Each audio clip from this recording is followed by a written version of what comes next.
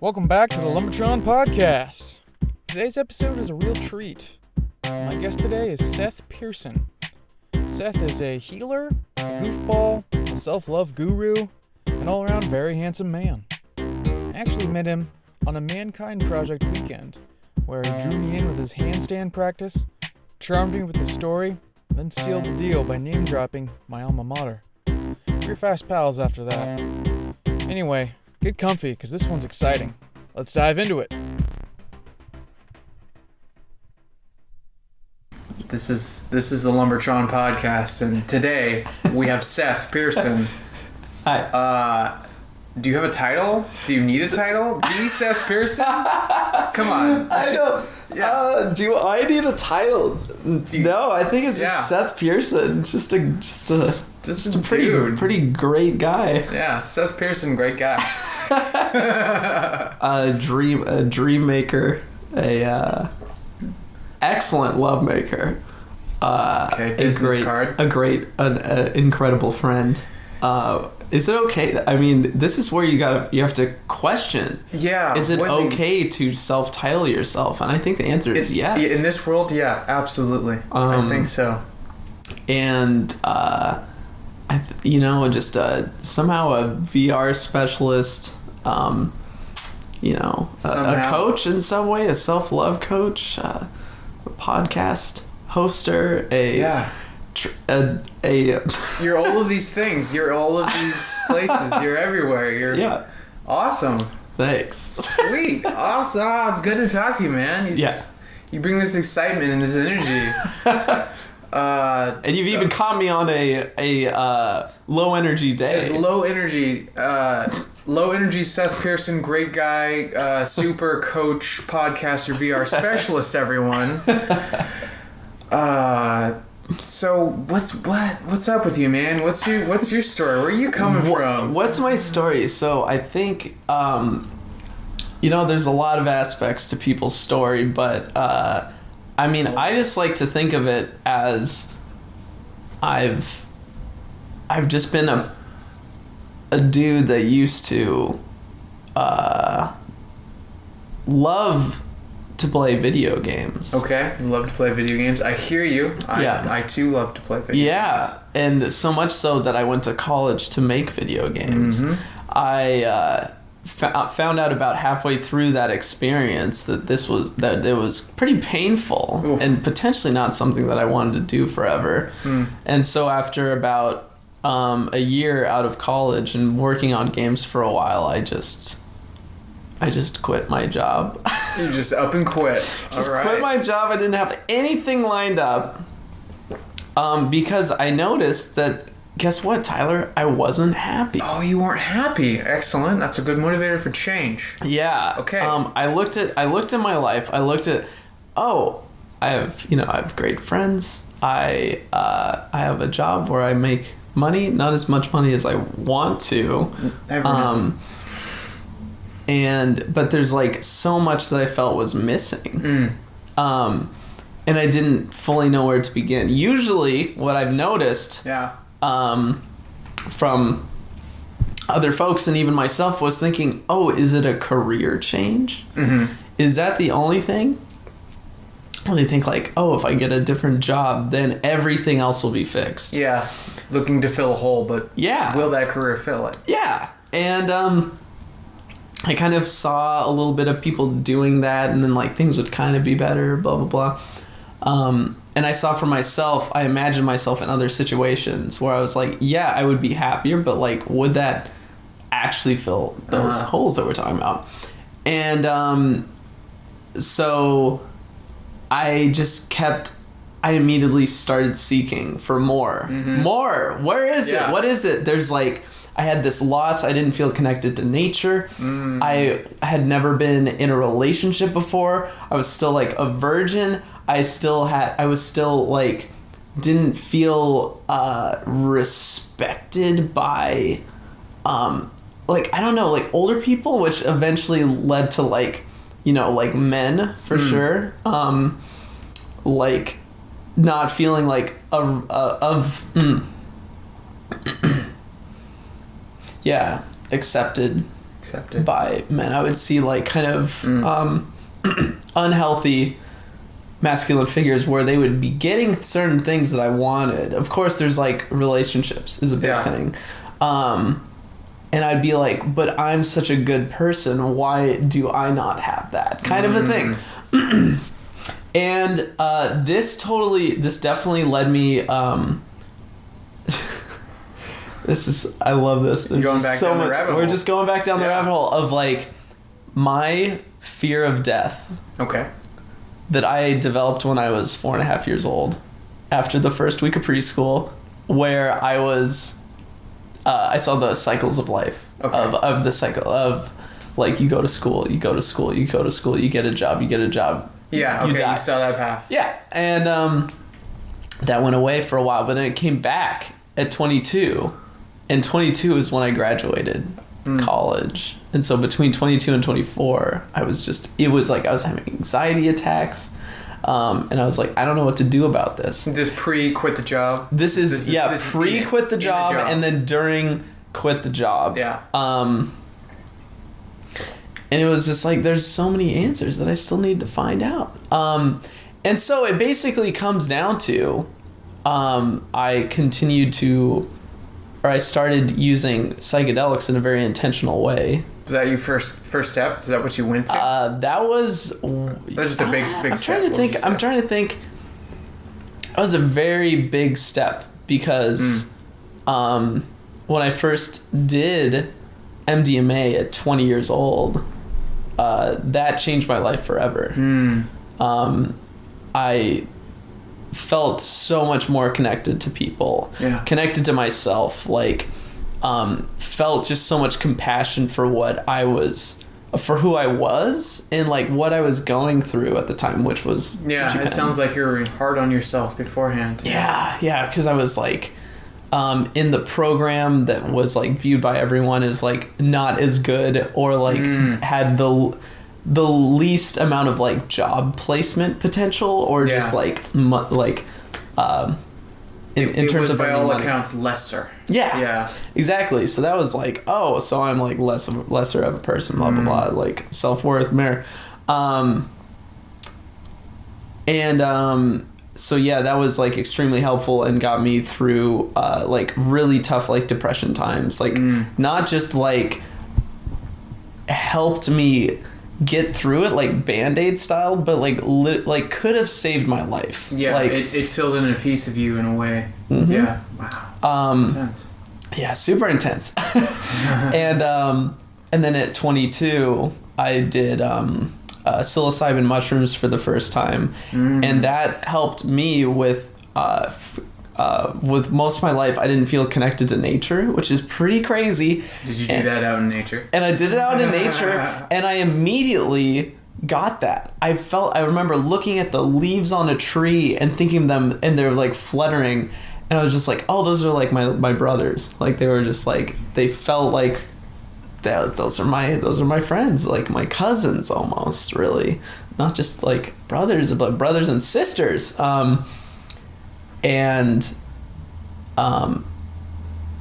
Just helped with all of the introspection and like processing that I needed to do. But this is all really working up to a big moment, Naturally. a big change, which was at 24 years old. I went to Burning Man for the first time. Burning Man. And I took LSD for the first time because I wanted to get through my fear of death. I wanted to kind of, whatever that meant. I was terrified. I was so scared. Yeah. And I eventually, when I was on it that one night, I was with 5 other of my best friends. And they were doing so great taking care of me. And like, I wasn't like freaking out. I was just like mentally like just, defeated. Yeah. It was so tough. And I eventually made it to Zendo, this place that you can go if you're having a tough psychedelic experience. Okay. And that's where I met a man that changed my life forever. His name is Leaf, or actual real name, Ken Bonin Jr. Ken Bonin Jr.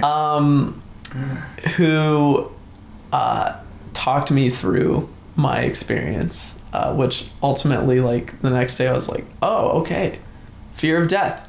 Got it. Checked it off the list. It's gone. Damn. Great.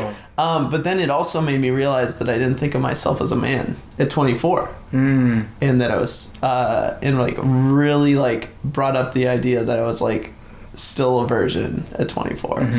And then from there I was like, oh, okay, I got to get to work. Like I got to figure out what that means. Yeah. You had a roadmap.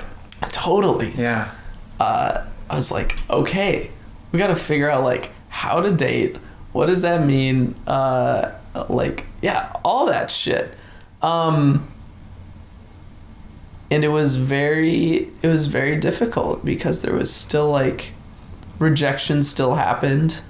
But eventually, like, I don't know, I just had like one of the like best first time experiences you could ever ask for, which still involved, you know, being like slightly tipsy, like meeting someone at a club and Nice. like me still being like terrible at the first time of having sex, and like who knows who came that night, not me.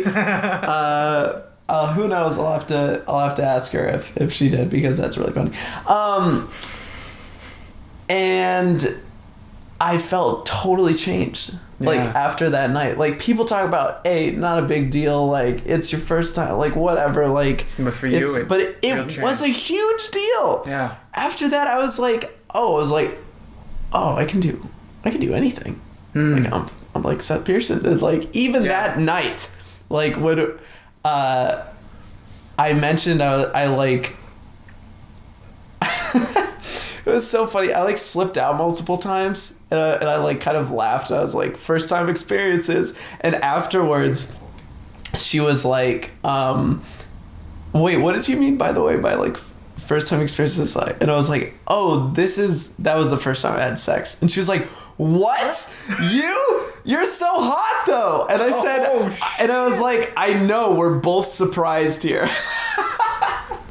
It was great. We're still very good friends. It's awesome. What confidence.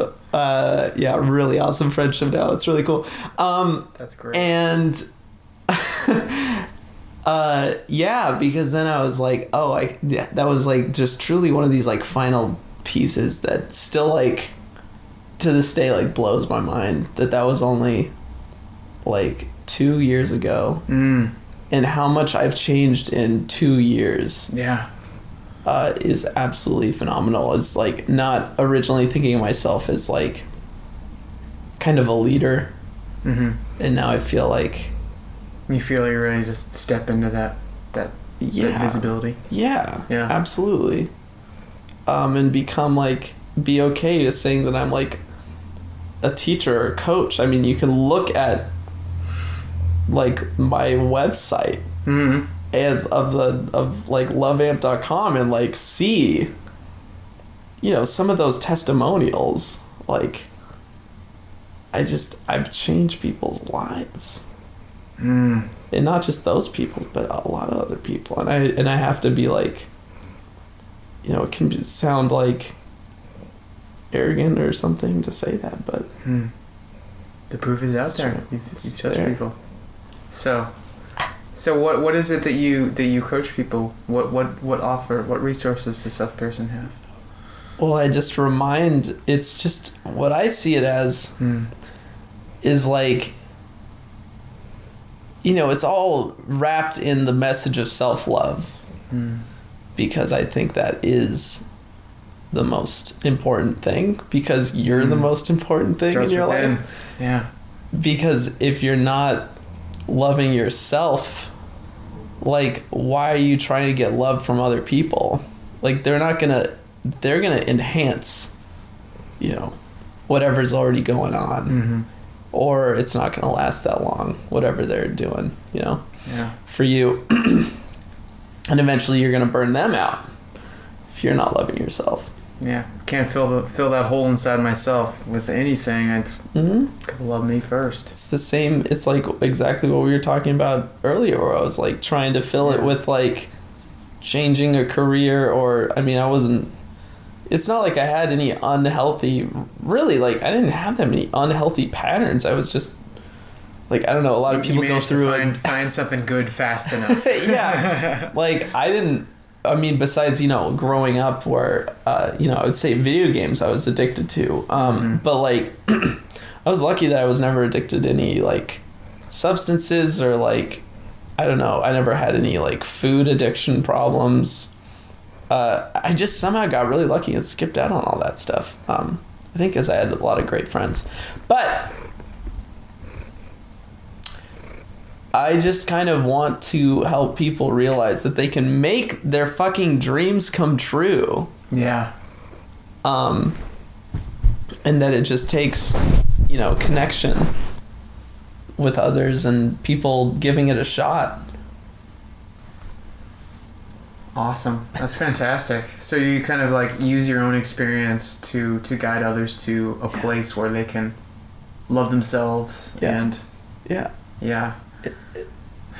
It's like I feel like I have not have to, but especially also if you like check out some of my YouTube videos of me doing ridiculous stuff that you like, that you're like, how, what, like who, first of all, who does this, and who, second of all, who puts this on the internet? Like, you know, there's like, I don't know.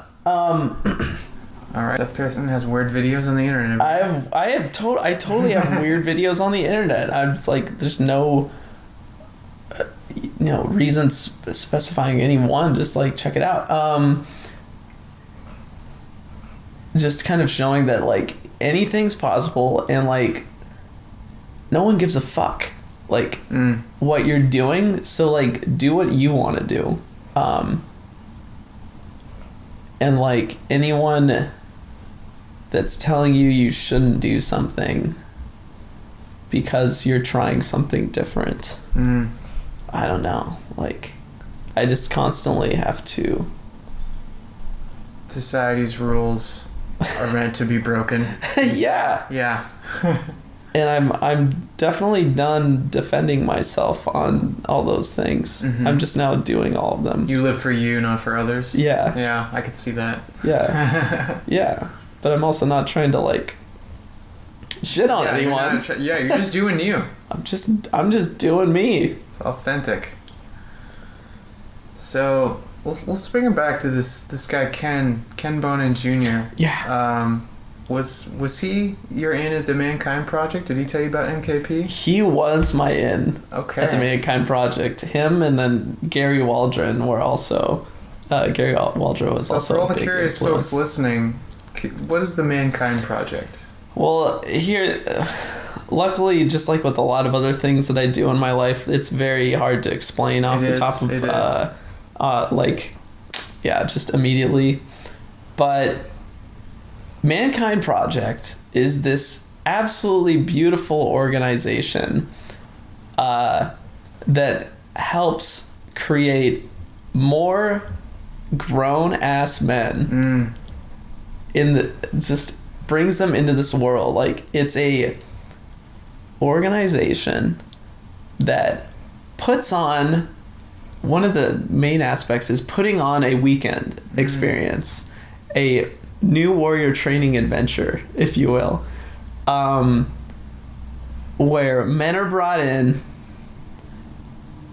and God, these men, some of them, like, you know, recently divorced, or like, God, they're cheating on their wives, they're like not being great fathers, like these are like the you know, these are some big ones, or like they're ex-convicts keep finding themselves in jail, into trouble, like, or it's like on the flip side, there's like guys that just don't know how to be like that have never stepped into any form of masculinity. Like, there's like obviously those forms that I talked about earlier. There's more of the toxic masculinity, or there's like men that have a hard time stepping into their masculine, which is like, that's kind of where I fell into place. Yeah. Where I like, all I saw was like toxic men in the world, or like how my father was, which like was more feminine, and thus and because he didn't have a healthy father figure, like it gets handed down. It's not like my dad's fault. And so it helps those type of men like step into that healthy masculinity. And it's just like simple stuff is like accountability, like what agreements have you made in the world that you're not attending to, or like, or I statements. What agreements have I made in the world that I'm attending to? That's a big one. I love I statements. I statements are great. Focus on yourself, because that's what you can control. Is yourself. And kind of puts men through kind of traditional ceremonial ritual like initiations. Healthy ritual initiation, not like gang initiation. Yeah, exactly. That the point of the weekends isn't to scar you at all, like how like gangs will scar you, or the military is kind of a pretty scarring experience. If anything, it's a look at the scars that I already carry. Exactly. And once I had gone through it, or when I was going through it, which was last December, it's March 2019, I went through it December 2018, and I had already 2 years under my belt of like really doing my work, and I felt very confident going in, and I felt confident the whole time. It was like incredible, and I just felt so lucky, like where I was at as like a 26-year-old man, like that I got to have that experience like with other men, and like it only made me just an even better person. And especially after staffing it, helping out 3 months later, which was 1 month ago. Being a part of that healing and transformational process, and that's why I say like, I am a healer. And so MKP, something that is one of the it's truly, when I was there, I was like, this is definitely one of the most important things I could be doing for this world. Is being a part of this process. Absolutely. And so coming in here today, you said you were a little bit low energy. Does staffing a weekend like that, is that draining? Is that a draining experience? I would say that that experience filled me up in just happiness and joy and optimism and love and compassion. But Fuzzman, this cat likes to sit on the microphone. Fuzzman is also in the room, and he is loving this microphone. He's just rocking the fuzz. He's just great. I'm so glad we have him on the podcast. But I mean, along with a lot of other stuff that I do, on not just the work week, I'm talking about the weekends of like these other trainings that I go to, and I mean just general like cool shit that I'm doing and got going on that I can definitely burn myself out, but I'm getting better at it. What kind of strategies do you use to walk that line in a healthy way? Ooh, well, you'll notice I keep my room pretty clean. Got a clean room, everyone. I keep it pretty clean. I keep the apartment pretty dang clean. Fuzz man. Look out, bud. You're good, Fuzz. I keep the apartment clean, and then from there I dance a lot.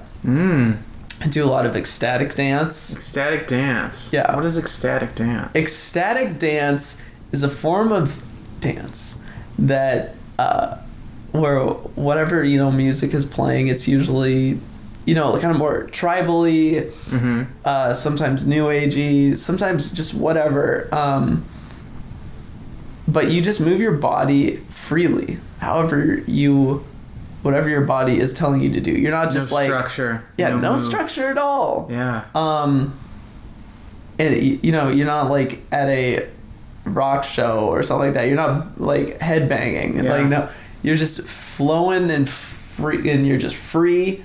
And there's a lot of like partner dancing as well, where you just kind of like you're moving your arm, and maybe you just kind of like you kind of like brush someone's shoulder, and then maybe they're like, oh, okay, like now we're like in some sort of dance. It's just free form. It's like interaction. There's like there's the concept of a lead and follow is either gone or it changes from moment to moment. And it's just absolutely beautiful, and like is one of the ways that I fill myself up. And God, it's truly like a group healing experience. You feel like if whatever anyone's going through, you can tell like that they are getting something from this, like they are progressing. Another way that I fill myself up is I've been in movement culture now for about 7 months or so. I don't know. I think I'm starting to lose track. Which is basically this style of mastering your body that combines, it combines certain forms of dance. What was it? Capoeira. It's like handstand work. So there's stuff from like the gymnastics world. There's stuff from like almost like the breakdance world. In terms of like, there's the QDRs, which is like, for people who don't know what that is you're kind of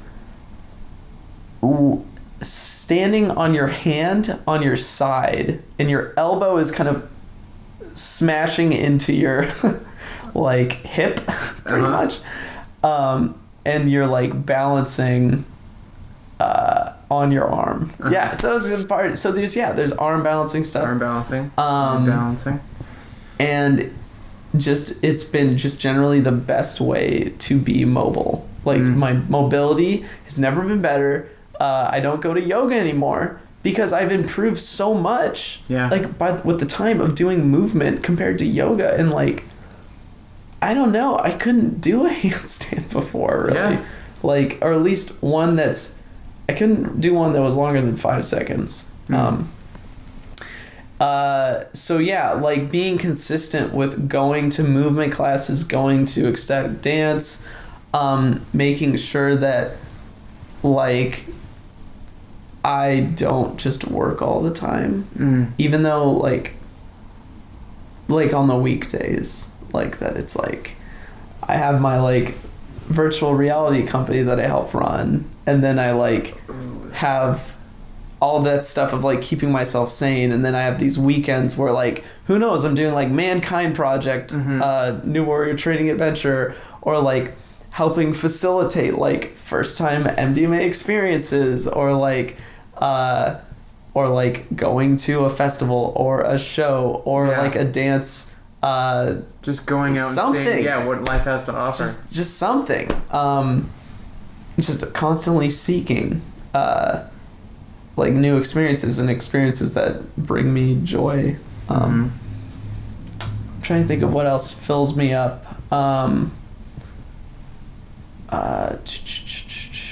Did I say friends? I said friends before. You can say friends as many times as you like. Friends are good. Friends are great. Friends are really great. The woman that I'm dating right now, Becca Lucero, she fills me up a lot. That's for sure. Shout out. Staying connected.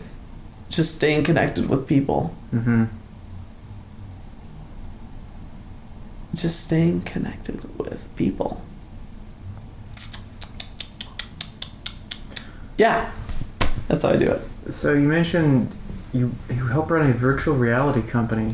So Seth Pearson quits his job and goes on the spirit quest and is now, what's this? A virtual reality wizard? How did that come about? Well, you see, a week after I quit. Well, no, it was a month after I quit that job. So I was 23.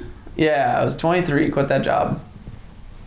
And I was like sitting outside in a sun chair where I was living in a backyard. And then I get a call from a buddy, an acquaintance that I knew from DigiPen. And he was like, hey, so these two guys like approached me and like they were like wanting to do like architecture visualization stuff using Unity, and he's like, and we need like a person to do like design and programming, and I was like, you're using Unity, you need design and programming, I'm in. Boom, bam. So I was number 4, and so we kind of started doing architecture visualization stuff because we were seeing that was like a need.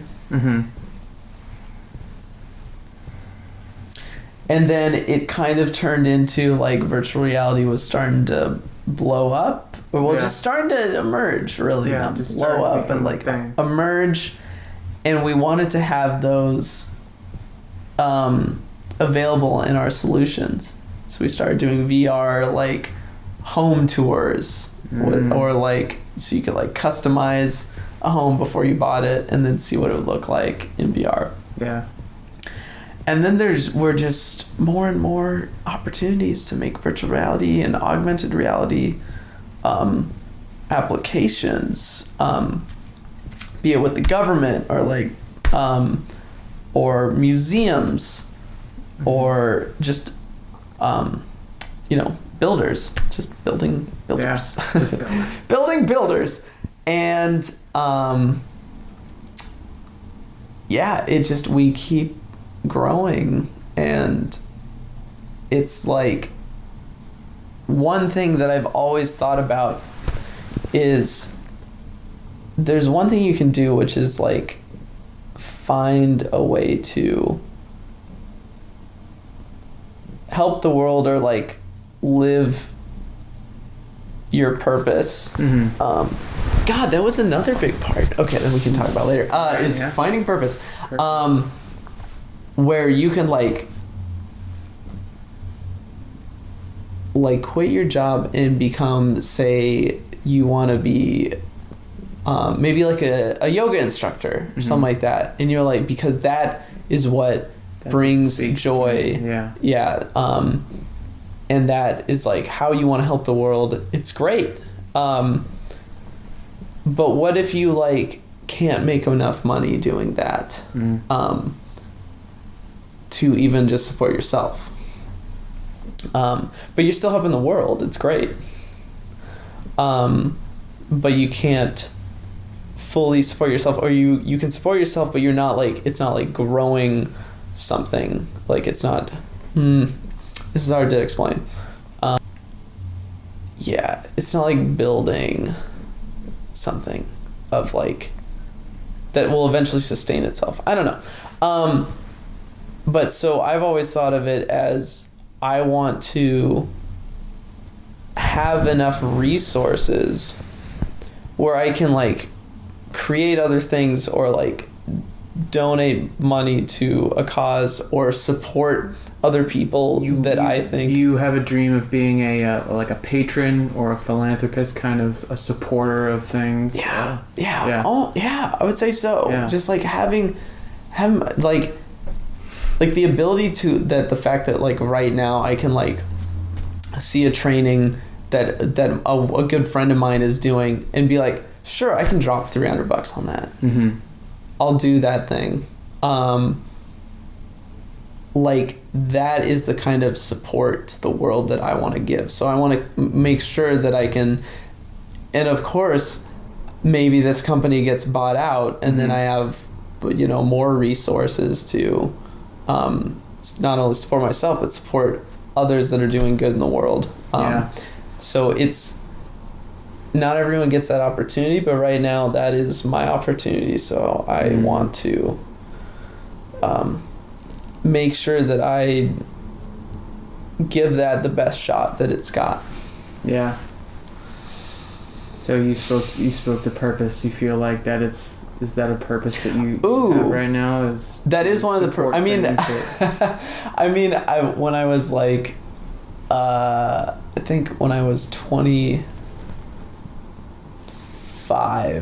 I felt like I had found my purpose. I was like, oh, I can like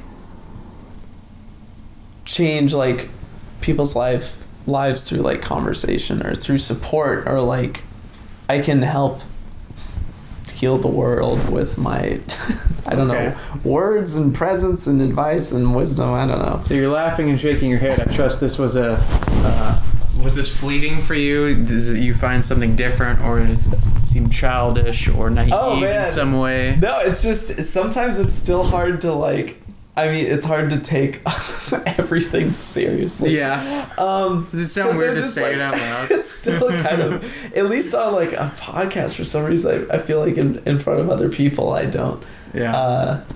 I don't know, laugh about it as much. But just, it still is wild to say out loud, being like, yeah, I'm a healer.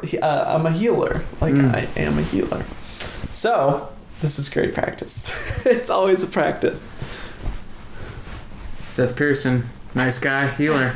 Nice guy, healer. Very, yeah. Yes. Yeah. Yes.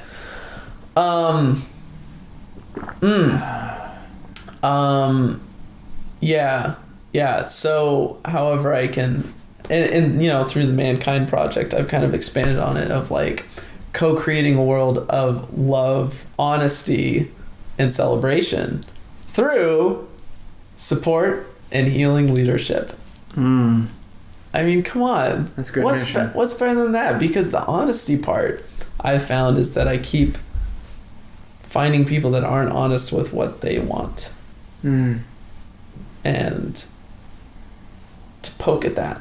Yeah. I have to keep poking What's at under that. What's under that? And, you know, that can make it difficult on, you know, some relationships for sure, because when people aren't being honest with themselves for so long, and then you're the one that pokes at that.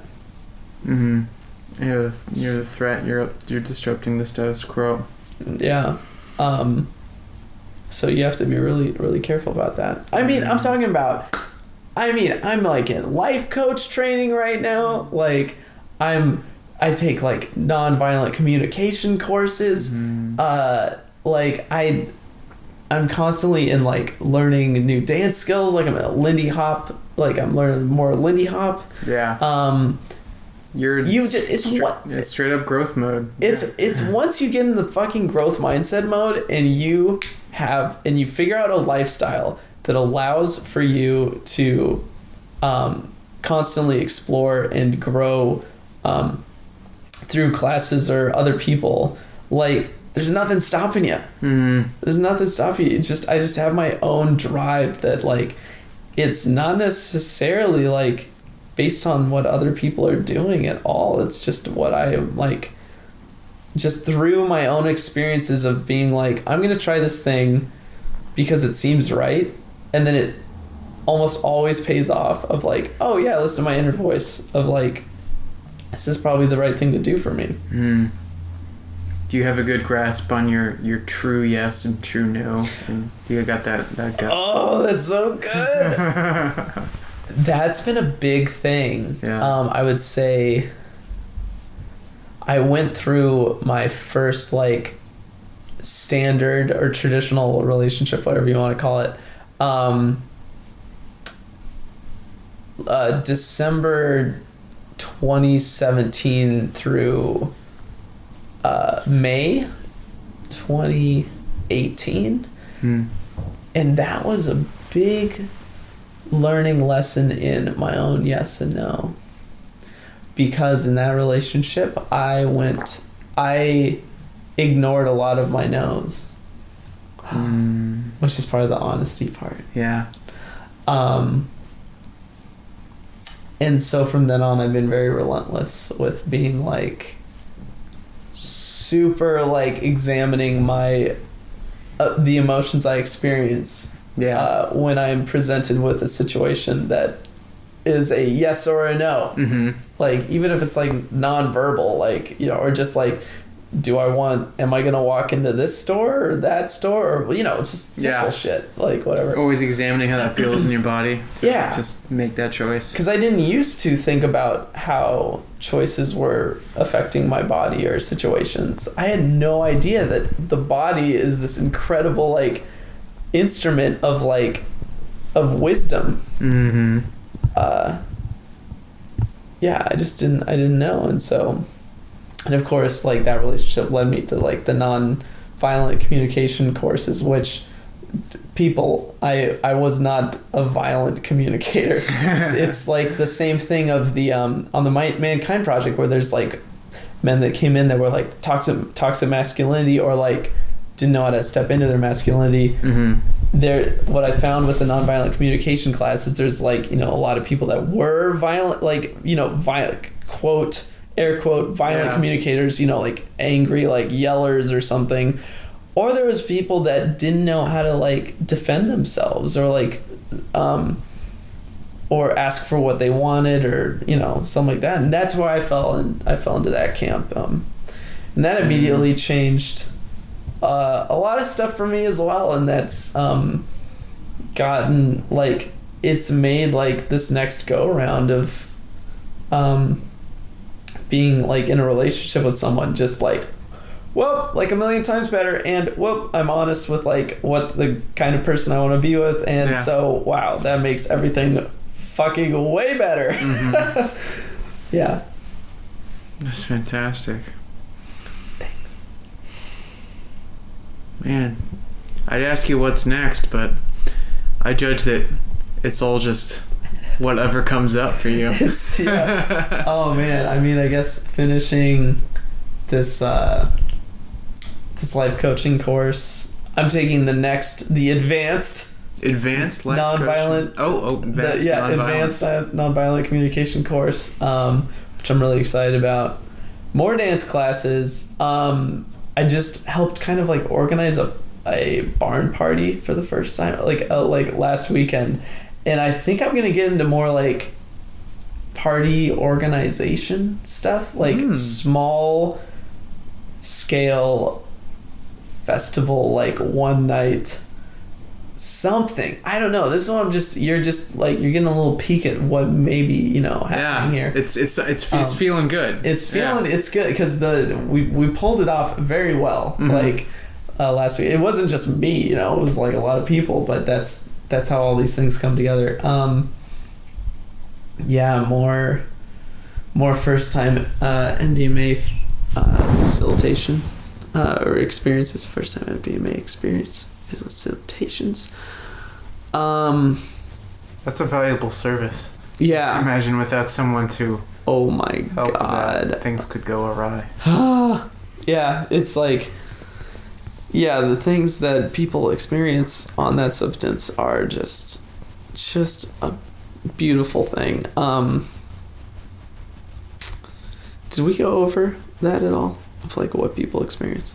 Not other people's experience. You said it was a pillar of your experience. Yes. But sure, speak to. I guess just quickly again stating like MDMA. What you feel like. You feel euphoria. You feel at peace. That's the most important part is inner peace. You feel it. You truly feel it. Which that you get to take then on. Outside of that experience, you get to access it. You've touched it and you know what it feels like. Yeah, it's beautiful. That is beautiful. Yeah. Again, you know, the VR company, MXT Reality. You know, taking that to new heights. More dancing, just so much more dancing. More. You know, one day, 10 years from now, a one-man show. The Seth Show. The Seth Show. Yeah, something like that. It might be 20 years. I don't know, but Seth Show's going to happen in some form. That's what I told. Yeah, I was telling Becca that a few weeks ago, and I haven't mentioned that to anyone for a long time. So that's a good little. Nice. That's a good one. Sneak peek right there. And I'm trying to think of what else. I mean, more Burning Man experiences that help me find even more crazy, awesome people that are doing incredible things that I could not never imagine what were happening in this world. And just continue to love people and help people in other ways, and hopefully, be an inspiration, because, anyone can do what I'm doing. I fully believe that, and know it. I just dared to do it. There is but one Seth. But I will say I'm very unique. Yeah. That's for sure. And